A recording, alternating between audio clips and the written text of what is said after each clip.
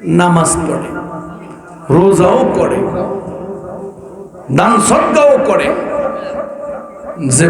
যখন বলা হয় এই দেশটার সংসদটা কোরআন অনুযায়ী চলবে, তখন কিছু মুসলমান মার্কা মুনাফিকদেরকে আর পাওয়া যায় না। ঠিক না ঠিক জোরে বলে। তাহাজ্জুদ পড়ে, আবার চিল্লাও লাগায়, আবার পীরের দরবারেও যায়। যদি বলে বিচারটা চলতে হবে কোরআন দিয়ে, তখন বলে হুজুর রাজনীতি করেন। এই লোকটা হলো টাটকা একটা মুনাফিক। কথা বলেন ঠিক না ঠিক? আছে না না এরকম বলেন? আওয়াজ দেন, আছে না না?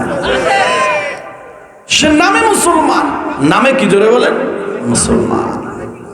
কিন্তু মুসলমান শুধু একটু নামাজ পড়লাম, রোজা করলাম, হয়ে গেল মুসলমান। জানুনি মুসলমান ভাইরা আমার, মুসলমান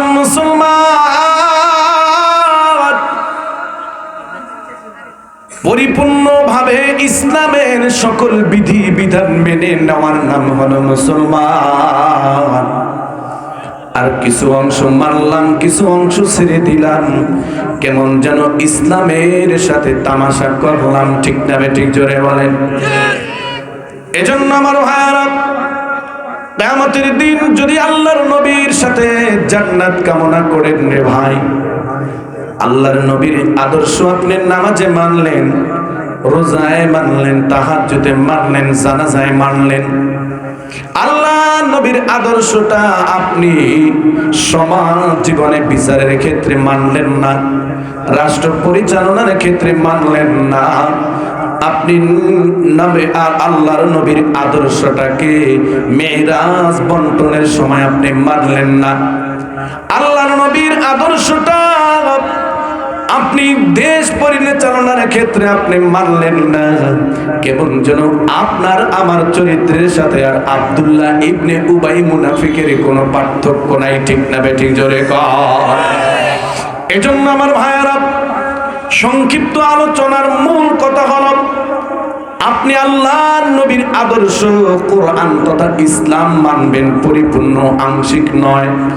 এজন্য আল্লাহ রাব্বুল আলামিন পবিত্র কোরআনের সূরা বাকারার 208 নম্বর আয়াতে বলে দিলেন, ইয়া আইয়ুহাল্লাযীনা আমানু দুখুলু ফিস-সিলমি কাফা ওয়া লা তাত্তাবিউ খুতুওয়াতিশ শাইতান ইন্নাহু লাকুম আদুউম মুবিন। আল্লাহ রাব্বুল আলামিন বলেন, হে ঈমানদারগণ, তোমরা পরিপূর্ণভাবে ইসলামের মধ্যে প্রবেশ করো। আমার মুসলমান ভাইয়েরা, ইসলাম আগমনের পূর্বে এই দুনিয়ার অবস্থাটা খুব বেসামাল ছিলেন। বলেন, নারী জাতির সমাজের মধ্যে কোনো অমূল্য ছিল না। বাজারের মধ্যে নারী জাতি পণ্যের মতো, গরু ছাগলের মতো বিক্রি হইত। আল্লাহর নবী ইসলাম আগমনের পর, ইসলাম প্রতিষ্ঠার পর নারী জাতিদেরকে এত মর্যাদার আসনে আসন্নিত করলেন। আল্লাহর নবী এত সম্মান দিলেন। আল্লাহ কোরআনে ইসলামে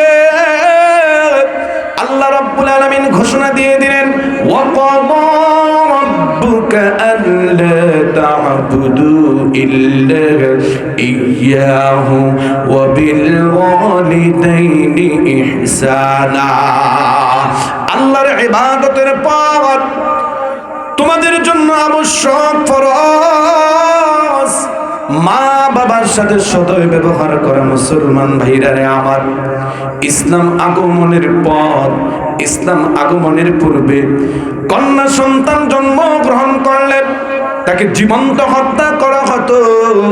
আল্লাহর নবী ইসলাম প্রতিষ্ঠা করার পরে, আল্লাহর নবীর আদর্শ প্রতিষ্ঠিত হওয়ার পর, আল্লাহর নবী কন্যা সন্তানদেরকে এত মর্যাদা দিয়ে দিলেন। আল্লাহর পয়গম্বর ঘোষণা দিয়ে দিলেন, মান কানাত লাহু 3 ثلاث بنات أو ثلاث أخوات أو ابنتان أو أختان فأحسن صحبتهن واتقوا الله فيهن فله الجنة زركن الله أكبر আল্লাহর নবী বললেন তোমাদের কোন পুরুষ তার ঔরস থেকে অর্থাৎ তার যদি 3টা কন্যা হয় অথবা 2টা কন্যা হয় এই কন্যাদেরকে যদি সে উপযুক্ত মানুষের মতো করে তোলার জন্য মেহনত করে তাদেরকে শিক্ষিত করে তাদেরকে কোরআন সুন্নাহ অনুযায়ী পর্দা পশিদা শিক্ষা দেয় অতঃপর একজন উপযুক্ত পাত্রের হাতে যখন তুলে দিবে আল্লাহর নবী বলেন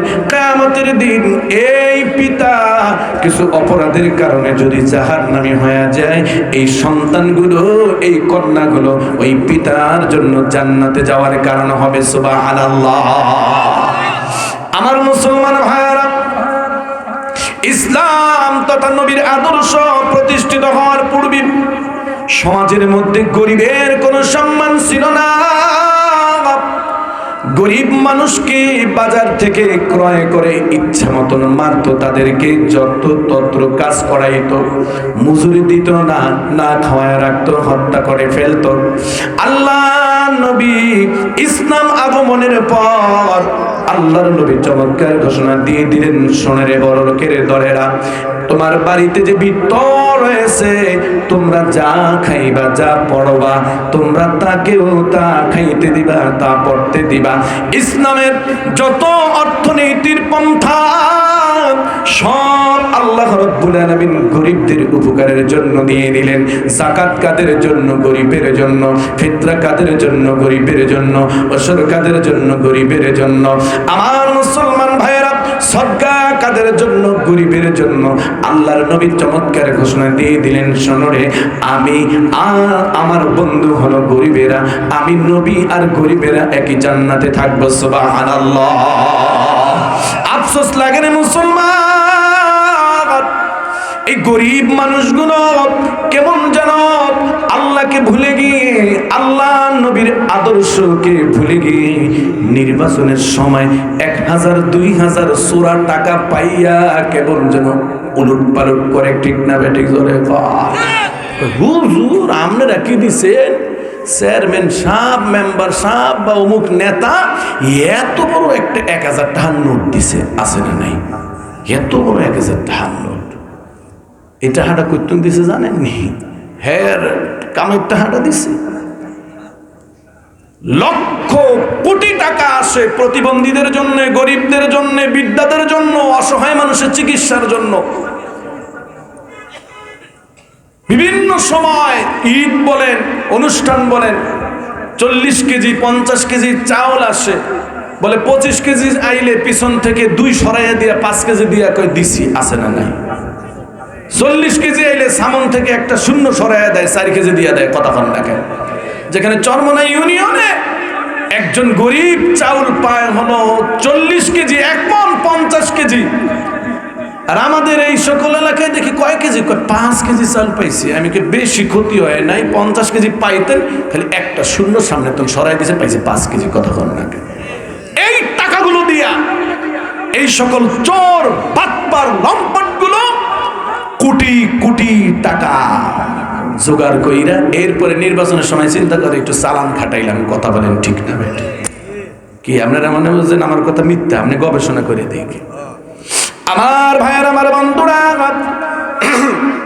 ইসলাম এমন সাম্যের ধর্ম এমন সম্প্রীতি ধর্ম আপনি যখন নামাজে দাঁড়াবেন গরিব আমি গরিব আপনি গরিব একজন রাজার পাশে নামাজে দাঁড়াবেন পায়ের মধ্যে যদি গরিব মানুষটার পায়ের মধ্যে যদি রাজার পা লেগে যায় আল্লাহর নবী বলে দিলেন এরে রাজা এরে আমিন তুমি যদি নামাজের পর ওই গরিব মানুষটাকে ধমক দাও তাহলে তোমার নামাজই হবে না কথা বলেন ঠিক না বেঠিক অন্য ধর্মে তালাশ করে দেখে ইহুদি ধর্মে হিন্দু ধর্মে অন্য ধর্মে ঠাকুরদের কাছেও যাইতে পারে না এমন কিছু পূজা আছে গরিবেরা সেখানে যাইতেও পারে না কথা বলেন ঠিক না বেঠিক কিন্তু আপনি নামাজের কাতারে তাকায়া দেখেন যে দেখুন নামাজের কাতারে আমির ফকির সব দাঁড়িয়ে স্রষ্টার করুণা কামনায় সেজদাতে পড়ে সবে লুটিয়ে সাদা কালো ভুলে গিয়ে সকলে সাম্যের বন্ধনে একাকার।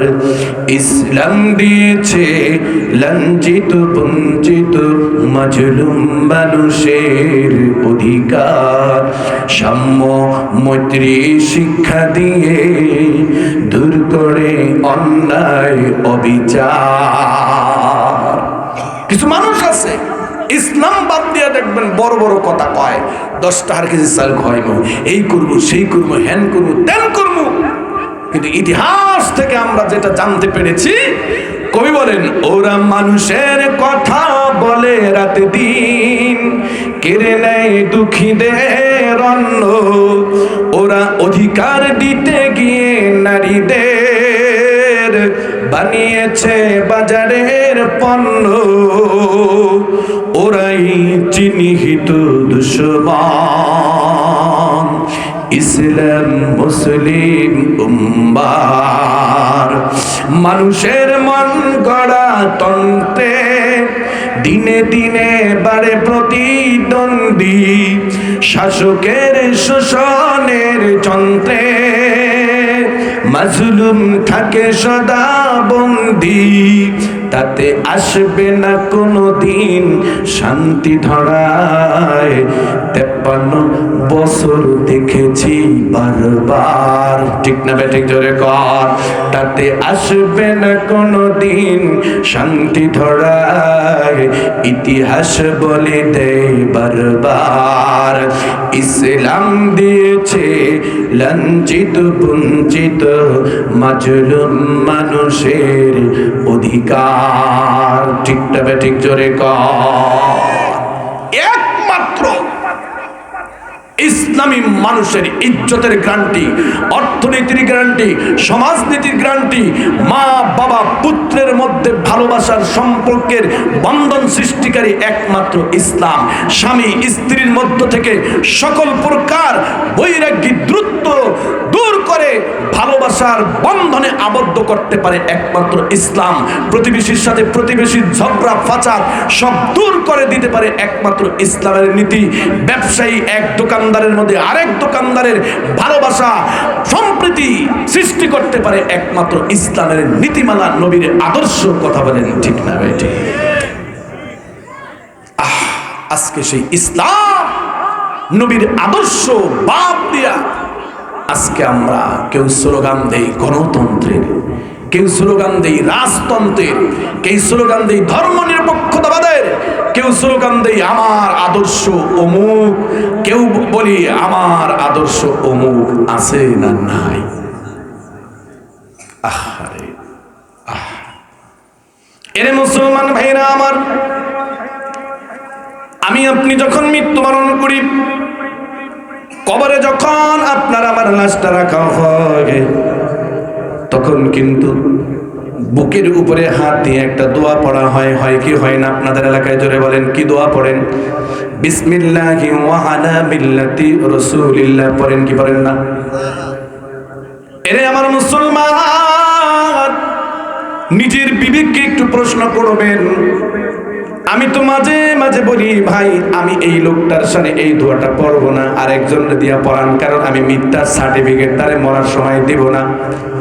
আমি 10 বছর দেখেছি এই লোকটা যত কাজগুলো করেছে ইসলামের বিরোধী কাজ করেছে, উলামায়ে কেরামের বিরুদ্ধে কথা বলেছে, কোরআনের হুকুমের বিরুদ্ধে কথা বলেছে, উলামায়ে কেরামদেরকে যা মন চায় তা গালি দিয়েছে।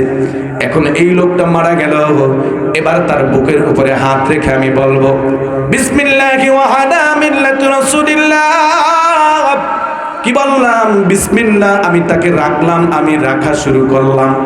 এই লোকটাকে আমি সাক্ষী দিতেছি আল্লাহ, এই লোকটা জীবনভর বিসমিল্লাহ আল্লাহর তোমার আদর্শ তোমার হাবিবের মিল্লাতের উপরে ছিল, আর তার উপরেই আমি তাকে রেখে গেলাম। বলেন, একটা লোক নামাজ পড়ে না, আমি যদি বলি ভাই লোকটা নামাজি, এটা কি সত্য হবে না মিথ্যা হবে? আমি যদি বলি একটা লোক রোজা করে না, আমি যদি বলি সে রোজা করে, এটা কি সত্য হবে না মিথ্যা হবে? একটা লোক তার জীবনটা কাটায় দিছে সুদ খাইয়া, ঘুষ খাইয়া, বেনামাজি থাইকা, মানুষকে ঠকাইয়া, মানুষের নামে মিথ্যা মামলা দিয়া, মানুষকে বিভিন্ন রকমের ষড়যন্ত্র করিয়া, এরপরে যদি এই লোকটাকে বলি ওয়ালা মিল্লাত রাসূলিল্লাহ, তারে এর চাইতে বড় কোন মিথ্যা সাক্ষী হইতে পারে? কথা কর না, পারে? আমি সচেতন সমাজকে বলতে চাই রে ভাই, আপনি সব জায়গায় তামাশা করতে পারবেন, কিন্তু আপনার যখন মৃত্যু চলে আসবেন, ওই আজরাইলের সামনে আপনার কোনো তামাশা চলবে না রে মুমিন। যখন আপনাকে কবরের মধ্যে রাখা হবে, ওই ফেরেশতা মুনকার নাকিরের সামনে আপনার তামাশা চলবে না। আপনি যখন কিয়ামতের দিন আল্লাহর সামনে দাঁড়াবেন, মনে রাখেন আল্লাহর সামনে দাঁড়াইয়া আপনি কিন্তু তামাশা করতে পারবেন না। যখন মিজানে আমল নামা ওজন করা হবে, তখন কিন্তু তামাশা চলবে না। যখন পুলসিরাত পার হওয়ার জন্য বলবেন, তখন কিন্তু আপনার তামাশা চলবে না। আল্লাহর কসম, আল্লাহর কসম, কে আওয়ামী লীগ করেন, কে বিএনপি করেন, কে এরশাদের দল করেন, আমি এটা দেখতে চাই না, আমি এটা দেখার জন্য আমি বলবো না। শুধু এতটুকু বলবো, যদি কিয়ামতের দিন আল্লাহর নবীর সাথে হাসর চান, যদি কিয়ামতের দিন আল্লাহ রাব্বুল আলামিনের পক্ষে থেকে ক্ষমা চান, আল্লাহ রাব্বুল আলামিন কিয়ামতের দিন আপনার ব্যাপারে প্রশ্ন করবে, আন উমরিহি ফিমা আফনা, এর বান্দা আমি আল্লাহকে তোরে সুন্দর একটা জীবন দেই নাই। আল্লাহ তাআলা সূরা বালাদের মধ্যে বলেন, আলাম নাজআল লাহু আইনাইন ওয়া লিসানান ওয়া শাফাতাইন, আমি আল্লাহ কি তোরে দুইটা চক্ষু দেই নাই, আমি আল্লাহ কি তোরে সুন্দর জিহ্বা ঠোঁট দেই নাই? এ বান্দা, তুই এই চোখ দ্বারা কি করেছিলি, জিহ্বা দ্বারা কি করেছিলি? এ বান্দা, আমি কি তোরে সুন্দর একটা জ্ঞান বুদ্ধি আকল দেই নাই? এইগুলা দ্বারা কোন পথে চলেছিলি? আল্লাহর কসম মুসলমান ভাইরা রে আমার, এই প্রশ্ন কোনো বিশ্বাস করবে না, কোনো হুজুর করবে না, কোনো দল করবে না, যিনি করবেন তিনি কে? আন উমরিহি ফিমা আফনা, তোমার জীবন তুমি কোন পথে কাটাইছিলা? তখন যদি বলেন আমার জীবন, আমার রক্ত, আমার সব কিছু আমি অমুকের আদর্শের জন্য কাটাইছি, আল্লাহ কেউ মাশাআল্লাহ তো যা জান্নাতে, নাকি কোন একথা তো বলে বোঝে না কথা। মান তাশাব্বাহা বিকওমিন ফাহুয়া মিনহুম, তুমি এই জীবনটাকে যেই সঙ্গীদের সাথে চলছো রে মুমিন, তুমি তাদের সাথে দাঁড়ায় যাইবা।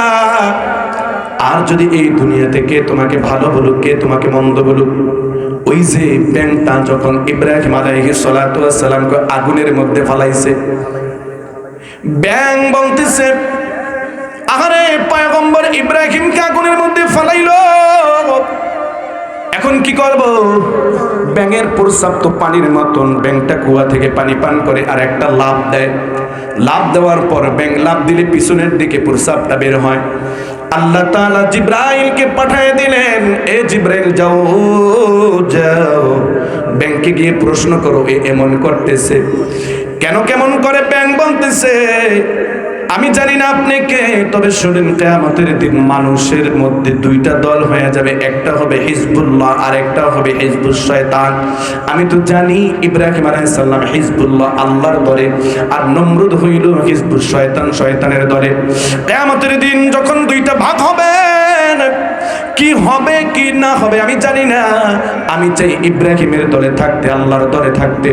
বলে ব্যাং রে, তোর এই ছোট্ট প্রস্রাব দ্বারা কি পানিটা নেবে? ব্যাং চোখের পানি ছেড়ে দিয়ে বলল, জানি জানি এতটুকু প্রস্রাব দ্বারা এত বড় অগ্নিকাণ্ড নেবে না, কিন্তু কিয়ামতের দিন আল্লাহ রাব্বুল আলামিন যদি আমি ব্যাংকে প্রশ্ন করে, রে ব্যাং, আমার পয়গম্বর ইব্রাহিমকে আগুনের মধ্যে ফেলেছিল, এই ব্যাপারে তোর কি ভূমিকা ছিল? আমি যেন বলতে পারি, মালিক আল্লাহ,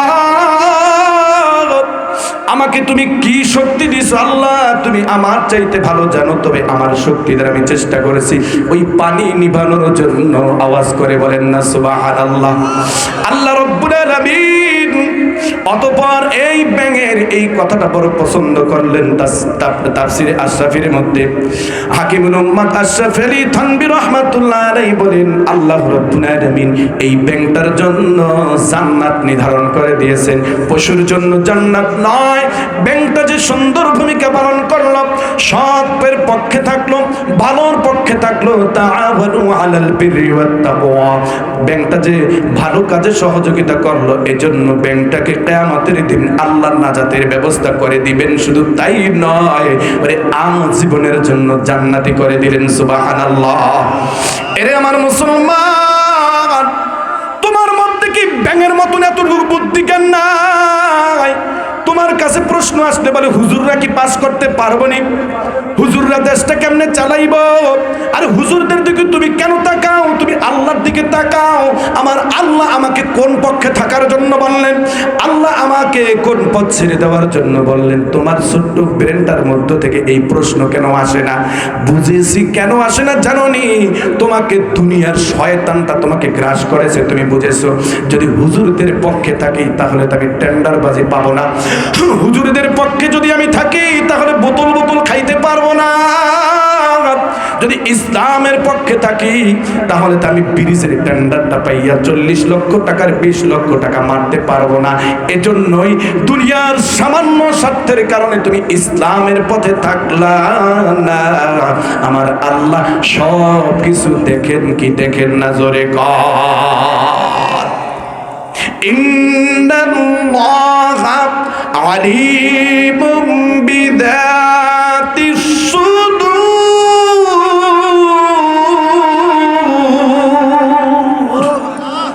আল্লাহ কয়, আরে বাবা তুই যেন কিয়ের লেগে ওই সকল মানুষের পিছনে ঘোরস, কিয়ের লেগে যেন ফুলের মালাটা গিয়ে এদের নেতাদের কবরের কাছে দেশ, কিয়ের লেগে যেন রাত 10টা 11টা 12টা পর্যন্ত জায়গা থাকো, সেদিক সেদিক দৌড়াস। তুই মনে বলছো আমি জানি না? আল্লাহ জানে কি জানে না? আওয়াজ দেয়, কথা কন না কে? আল্লাহ জানে না? মানুষ চিন্তা করে হুজুররা যদি ইসলাম অনুযায়ী যদি দেশটা চলে, যে পিয়ন লোকটা 50 টাকা ঘুষ খায় ও চিন্তা করে এইটা আমি খাইতারুম না, এই জন্য ওই 50 টাকার জন্য ইসলামের বিরোধিতা করে, নামে কিন্তু মুসলমান। কথা কন না কে? আমার আলোচনা কি বোঝে নামনে না? যেই লোকটা 200 টাকা ঘুষ খায় ও চিন্তা করে যে হুজুররা যদি ইসলাম অনুযায়ী দেশ চালায়, কোরআন অনুযায়ী দেশ চালায়, তাহলে আমি 200 টাকা খাইতে পারবো না, এজন্য ওই 200 টাকার জন্য ও ইসলামের বিরোধিতা করে। যেই লোকটা 5000 টাকা ঘুষ খায় ও চিন্তা করে আমি যদি ইসলামের পক্ষে থাকি, ইসলাম অনুযায়ী যদি দেশটা চলে, তাহলে আমি 5000 টাকা খাইতে পারবো না, এজন্য ওই 5000 টাকার জন্য ও ইসলামের বিপক্ষে অবস্থান করে। কথা কন না কে? আপনি মনে বলছেন আমরা মগা, বুঝি না কিছু, বুঝি না? আজকে মানুষগুলো সব পরিত্যাগ করে একটা মানুষের সামনে যখন ফাঁসির কাষ্ঠটা আসলো, সে ফাঁসিটা গ্রহণ করলো, তারপরে মাথা নত করলো না। আর তুমি 500, 1000, 10,000, 20,000, 50,000 টাকার জন্য কোন দিকে দৌড় দিলা? কার সাথে মতামত দিলা? কি করলা? কেউ না জানলো একজন জানে, তিনি কে? আল্লাহ তাআলা বলেন, হে নবী, ওয়াযাক্কির ফাইন্নাদ যিকরা তানফাউল মুমিনিন, আপনি দুনিয়ার মানুষদেরকে বুঝান, যাদের কতল ভালো মুমিনদের কি চলে আসবে, বুঝ চলে আসবে। ফাযাক্কির ইন্নামা আনতা মুযাক্কির, আপনাকে তো উপদেশকারী হিসেবে দুনিয়াতে পাঠাইছি, দারোগা পাঠাই না। সুতরাং যারা উপদেশ গ্রহণ করবে ভালো, আর উপদেশ যদি গ্রহণ না করে আমি তাদেরকে 4টা জায়গায় সাইজ করব। 1 নাম্বার সাইজ করব হলো আজরাইল দিয়া। আজরাইল যখন চলে আসবে, তোমার দল তোমাকে বাঁচাতে পারবে না, চিকিৎসা তোমাকে বাঁচাতে পারবে না, হাসপাতালে কি বলে টাকা তোমাকে বাঁচাতে পারবে না রে মুমিন। বিশ্বাস হয়? কথা কন না কে? হয়, একদম দিল থেকে বিশ্বাস হয়। সুতরাং আজরাইল পাঠাই ওরে এমন চেষ্টা করব, ওরে এমন মাইটটা আজরাইল দিবে, গুরজু দিয়ে একটা বাড়ি দিলে ওহুদ পাহাড়টা গলিয়া যাবে, এমন গুরজু দিয়ে বাইরে ওর শরীর থেকে রুহুটা বের করব। এরপরে 2 নাম্বার ওরে চেষ্টা করব কবরের মধ্যে নিয়ে। এই বিবেকের কাছে প্রশ্ন রেখে দিলাম, আমাকে নিয়ে একটু প্রশ্ন করবেন। আমি তো কি বিভিন্ন জিনিস নিয়ে ভাবনা চিন্তা করি রে ভাই। যে কোনো এক এমপির জানাজায় গেলাম, জানাজায় গিয়ে দেখি কত মানুষ লেকচার দিল, কত বড় বড় লম্বা লম্বা কথা কইল। ঠিক ওই লোকটাকে কবর দিল, সবাই চলে আসলো। মাগরিবের সময় কিছু মানুষ তার কবরস্থানে, কিন্তু 11টার সময় ওই পথ দিয়ে আমি যাইতেছিলাম আর কবরের স্থানের কাছে দাঁড়ায় রাখলাম। হায় রে এমপি সাহেব, কত মানুষ তোমার নামে স্লোগান দিল, কিন্তু আজকে এই 11টার সময় তোমার কবরের পাশে একটা মানুষও নাই। এবার তোমার হিসাব আমার আল্লাহ নেবে, পৃথিবীর কেউ তোমাকে বাঁচাইতে পারবে না। এই কথাটা রাতের বেলা শুয়ে আজকে 2 মিনিট চিন্তা করবেন। আমি হাফিজুর রহমানেরও, আপনি আব্দুর রহমানেরও এই পরিস্থিতি একদিন হবে। ওই কবরে আপনাকে কেউ রক্ষা করবে না, যিনি রক্ষা করবেন তিনি কে? সুতরাং এই দুনিয়াতে যদি চলতে হয় তার বিধান অনুযায়ী চলবো। কথা বলেন ঠিক না বেঠি? কোনো ভেজাল আছে কথায়? কোনো ভেজাল আছে? এরপরে আল্লাহ রাব্বুল আলামিন ওই কবর সম্পর্কে কত ভয়াবহ কথা নবী শুনায় দিলেন। যেই মানুষগুলো আল্লাহকে ভুলে গিয়ে দুনিয়ায় চলেছে, আমার আল্লাহ ওই মানুষগুলোকে কবরে ভুলে যাবেন। এই কবরটা ওই মানুষের জন্য একটা জাহান্নামের কুয়া হয়ে যাবে। নাউজুবিল্লাহ জোরে কর। এ বড় লোক বাবা, এ শিক্ষিত সচেতন, আজকে ঘরের মধ্যে আগুন ধরলে কত মানুষ আগুন নিভানোর জন্য আসে। আজকে একটা জাতিসব ঘরের মধ্যে ঢুকলে কত মানুষ লাঠি নিয়ে তাড়াতে আসে। একটু বিবেকের কাছে প্রশ্ন রেখে গেলাম, বলো বলো বাবা, তোমার আমার কবরের মধ্যে যদি পাপের কারণে আগুন ধরে যায়, কে তোমার কবরের আগুন নিভাবে? কবরের মধ্যে যদি সাপ চলে আসে, কে লাঠি নিয়ে তাড়াইতে যাবে? কি একটা ডায়লগ দিলাম, মিথ্যা কথা না? কি মিথ্যা মনে হয়? আহা, তুমি আজকে একটু ক্ষমতা পাইয়া সাদাবাজির মধ্যে লিপ্ত হয়ে গেলাম। তুমি কি জানো, একটা টাকা মানুষকে তুমি যদি ঠকায় খাও, 70 স্তবক মাটি তোমার উপরে দিয়ে দিবে, তুমি পিষে যাইবা। তোমার কি মরণের ভয় নাই? কবরের ভয় নাই? 3 নম্বর হাসরের ময়দানে দাঁড়া করাবেন। এরা মুমিন কেমনে দাঁড়া করাবেন জানুনি? তোহা, সূরা তোহার আয়াত খুলে দেখো, আল্লাহ রাব্বুল আলামিন বলেন, ওয়ামান আ'রাদা আন যিকরি ফাইন্না লাহু মাঈশাতান দানকান ওয়া নাহশুরুহু ইয়াওমাল কিয়ামাতি আ'মা। আল্লাহ তাআলা বলেন, এই দুনিয়াতে যেই সকল মানুষগুলো আমি আল্লাহর পথ থেকে, জিকির থেকে, কোরআন থেকে মুখটা সরাইয়া চলেছে, কোরআন কি বলেছে ওই পথে তাকায় নাই। কোরআন কোন পথে অর্থনীতি জীবন করতে বলেছে তাকায় নাই। এ পর্দার অন্তরালের মা, স্বামীর ঘরে আসার পর তোমার হকটা কি? তুমি তো স্বামী বিদেশে এই সুযোগে অন্য পুরুষের সাথে মোবাইল ফোনে পরকীয়ায় লিপ্ত হয়েছো। ও ভাই, নিজের ক্ষমতা শক্তি খাটায় বোনের হকটাকে নষ্ট করে দিছো, বোনের সম্পত্তি দাও নাই, প্রতিবেশীর প্রতি জুলুম করছো, মারামারি হয়েছে সেই সেনের চর। নেতা নাকরির নিয়ে এক জায়গায় বৈশা কয়, ও আমাকে দলের বিরুদ্ধে দিয়ে দাও ওরে মামলাটা। এমন ভদ্র মুসলমান আছে না নাই? তুমি কি কাটিকুটি করছো? তুমি তো কোরআনের দিকে তাকাও নাই। আল্লাহ তাআলা বলেন, এই সমস্ত মানুষগুলোকে আমি কিয়ামতের দিন অন্ধ করে উঠাবো। এবার এই লোকটা বলবে, আল্লাহ ক্বালা কাযালিকা আতাতকা আয়াতুনা ফানাসিতাহা ইয়াওমা যালিকা ইয়াওমা তুনসা। আল্লাহ তাআলা এর কাছে এবার এই পাপী লোকটা বলবে, আল্লাহ আমি তো দুনিয়াতে চক্ষু দিয়ে দেখতাম, কেন আমাকে আজকে অন্ধ করে উঠাইলেন? আল্লাহ বলবেন, এরে খবিস রে, তুই দুনিয়াতে অন্ধ ছিলি বলে কেমনে? বলে আমি আল্লাহ তোরে চলার জন্য কোরআন দিয়েছিলাম, নীতিমালা দিয়েছিলাম, তুই কোন পথে চলবি, কিভাবে তাকাবি, কিভাবে বলবি, কিভাবে সমাজ জীবন করবি, কিভাবে পরিবার জীবন